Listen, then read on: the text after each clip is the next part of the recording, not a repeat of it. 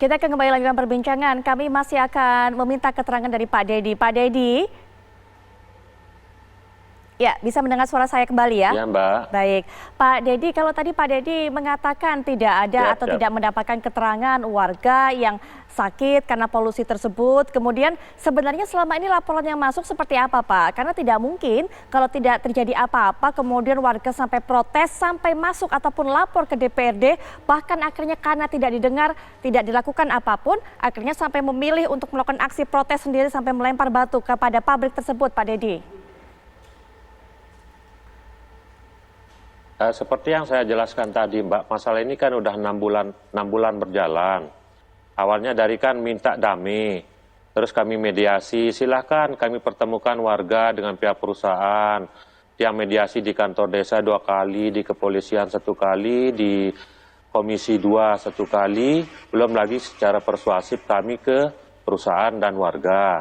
Nah, tetapi waktu itu pas mau ditandatangani surat pernyataan damainya itu, tiba-tiba ada pencemaran nama baik ke pihak perusahaan. Katanya akhirnya surat perdamaian antara warga dengan perusahaan itu tidak jadi ditandatangani. Apa Pak maksudnya? Nah, terjadilah hearing di kantor desa. Kami terima Iya, apa Pak maksudnya? Ya, Maksudnya ada kasus pencemaran nama baik seperti apa Pak?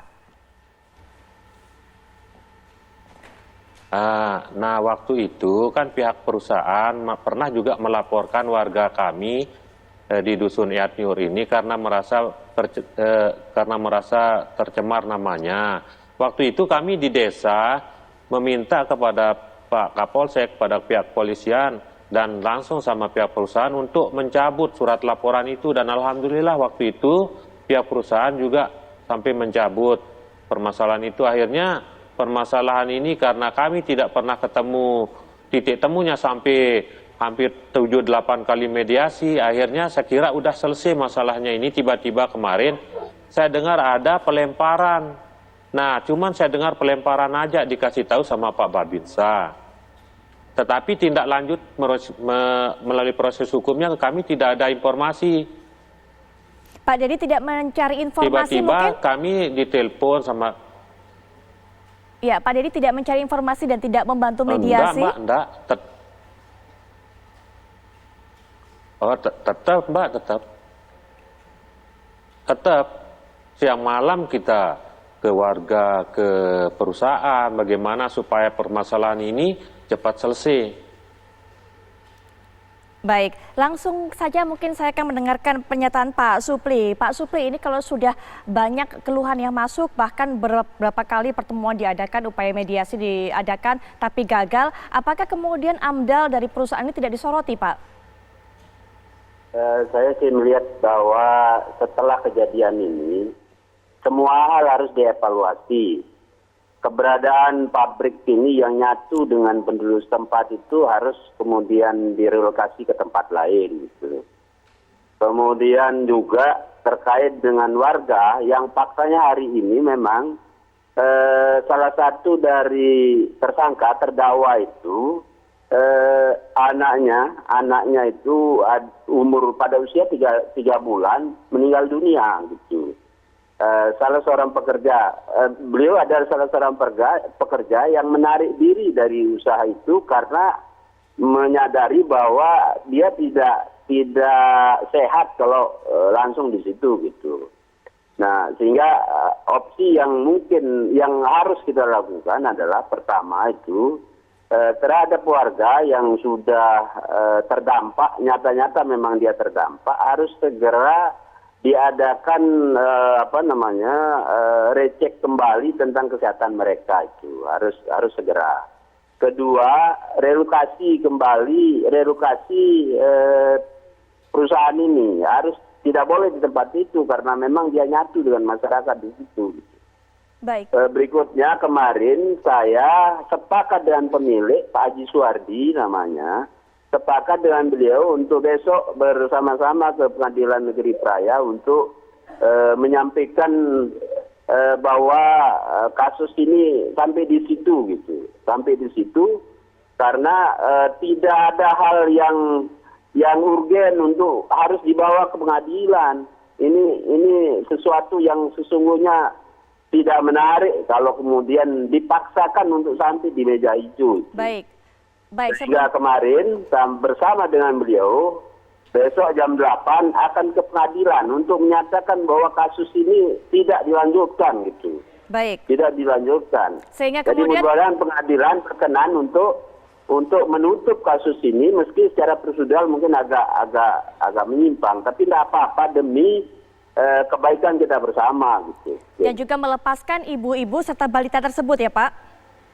Iya, ya Baik. memang target kita kemarin di DPRD juga hari itu waktu kita ketemui yang bersangkutan yang sebelumnya lewat kejaksaan, target utama kita adalah mengeluarkan mereka dari situ. Cuma waktu itu hari Jumat itu karena besok hari itu sudah masuk ke pengadilan juga sudah tutup waktu itu sehingga kita tidak bisa untuk itu. Sehingga hari Senin yang akan datang, hari Senin besok kita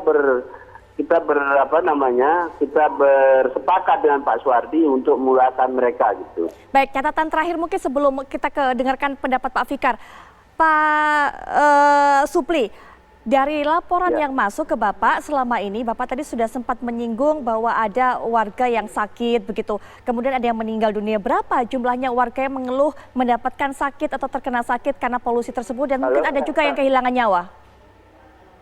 Yang sudah meninggal ada bayi yang meninggal, yang tadi yang salah seorang dari anak yang tersangka itu pada usia 3 bulan meninggal dunia. Baik. Terus salah satu dari anak yang sekarang ini sedang ditahan itu sudah nampaknya kalau tidak segera ditangani dia akan lumpuh itu. Baik. Nah, itu bukti bahwa memang bermasalah ini gitu. Baik, Pak Dedi tidak mendapatkan Pak informasi seperti itu Pak? Tidak mengetahui kondisi seperti itu Pak Dedi?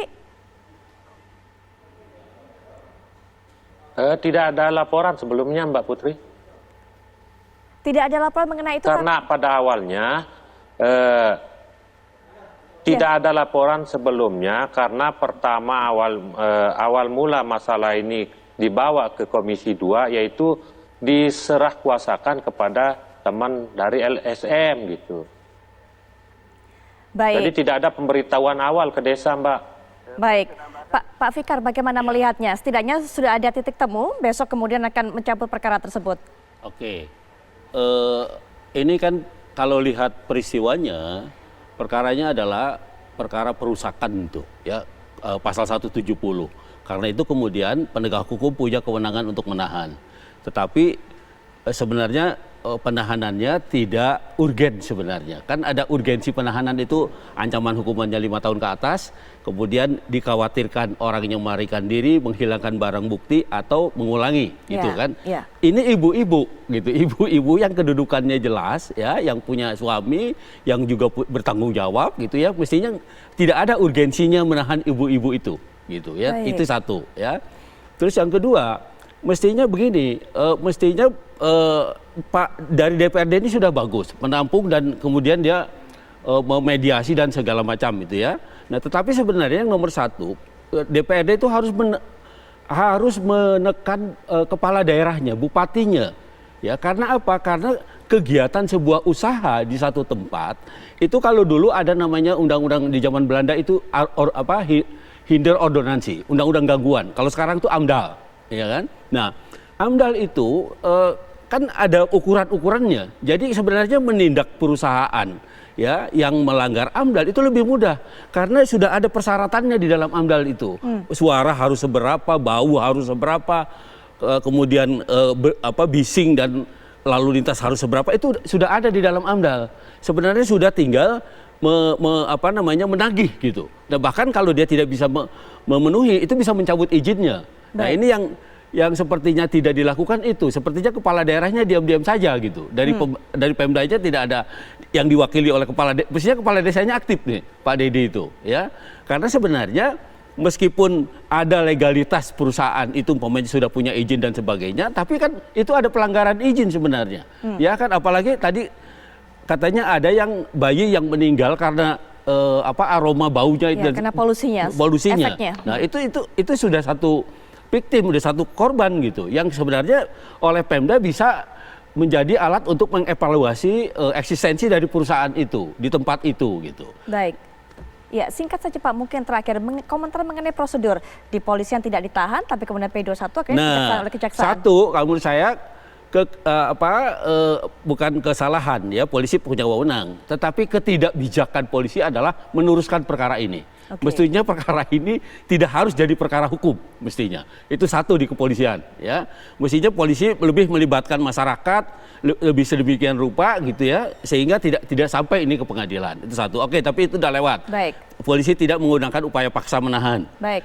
Begitu masuk ke kejaksaan katanya kan kemudian ditahan gitu ya. Nah, ini yang saya menyesalkan gitu. Baik. Ya, kenapa jaksa yang mestinya lebih peka gitu ya, lebih peka terhadap masyarakat ya, kok menggunakan upaya paksanya.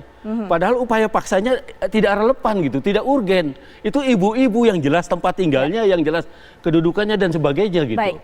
Bahkan punya tanggungan anak dan sebagainya. Baik. Dan kalau menurut saya proses ini tidak bijak. Inilah yang saya bilang tadi, ini proses penegakan hukum yang tidak manusiawi gitu. Baik. Ya, saya kira Pak DPRD ini harus gencar terus mengusahakan ini ya, agar ibu-ibu itu bisa ditahan dan kalau perlu ada SP3, ada penghentian penyidikan terhadap perkara ini. Baik, Pak Fikar, kami dapatkan. Terima kasih sudah memberikan analisa mengenai kasus ini. Kami sebenarnya sudah menghubungi dari pihak Polda Nusa Tenggara Barat, Pak, tapi kemudian menolak untuk memberikan komentar karena merasa bahwa kasus ini sudah dialihkan kepada kejaksaan. Dan terima kasih juga Pak Dedi untuk keterangannya. Pak Supri, terima kasih. Mungkin terakhir saja Pak, kalau besok kemudian sudah selesai untuk relokasi dan sebagainya yang diharuskan atau dikerjakan oleh perusahaan tersebut juga akan dilakukan ya Pak? Ya, kita besok akan bertemu dengan pemilik perusahaan. Baik, supaya hal-hal yang menjadi keluhan masyarakat itu akan diselesaikan. Mudah-mudahan. Baik. Pak Supri, terima kasih juga. Pak Adit, terima kasih juga. Makasih Pak Fikar. Baik,